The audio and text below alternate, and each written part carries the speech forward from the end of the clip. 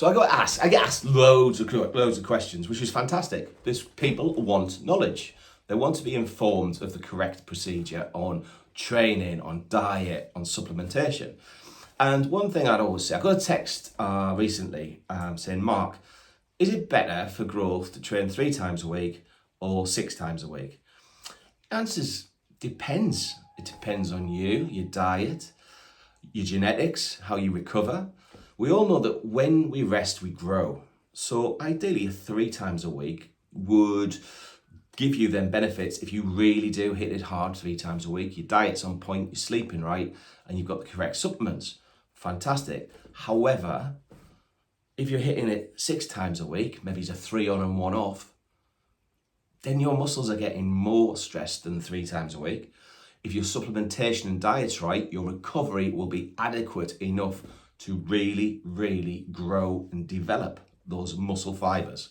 So it's a hard question to answer. Find out what suits you best as an individual.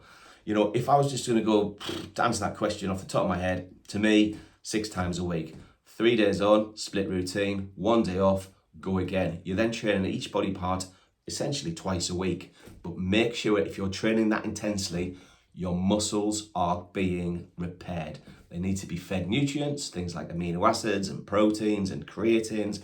Often with men in particular, things like helping with testosterone production. So, you've got your testosterone, tonka ali, for recovery and anabolic effects. Fedosia, agrestis, incredible.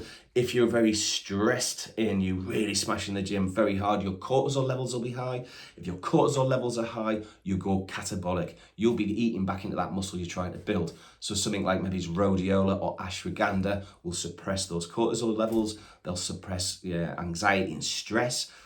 Hitting the gym hard and ripping muscle fiber, that is a physical stress on the body. That will produce cortisol. And that's why people who train intensely tend to utilize rhodiola and ashwagandha. It'll help them sleep better. When we sleep better, we release all these really cool hormones, IGF-1, growth hormone. All that is being released as we sleep in our deeper sleep. It's called REM, rapid eye movement.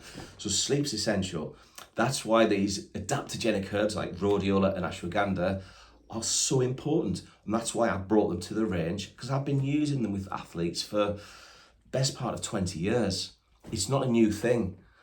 These products, everyone thinks they're new kids on the block. They've been around forever, and they are really cool products to work with. So 3 times a week or 6 times a week, give both a try. See what suits you best. Cheers, guys. All the best.